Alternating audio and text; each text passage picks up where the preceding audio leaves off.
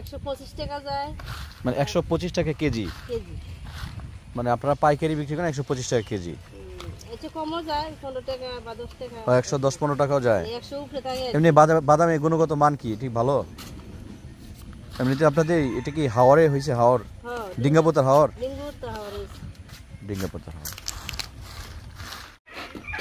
আমি এই মুহূর্তে আছি মাগান সিয়াদার ইউনিয়নে।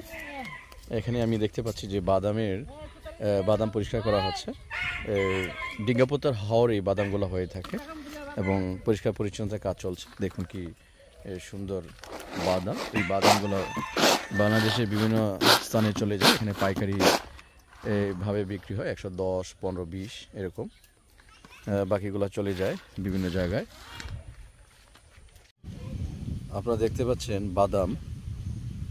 এই বাদাম কাঁচা ওঠানো হয়েছে, এখন পরিষ্কার পরিচ্ছন্নতার কাজ চলছে এবং একটা সময়ে এই বাদামগুলো ভাজা হবে।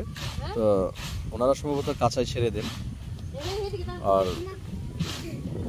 এখন এই মুহূর্তে বাদামগুলো পরিষ্কার পরিচ্ছন্নতার কাজ চলছে।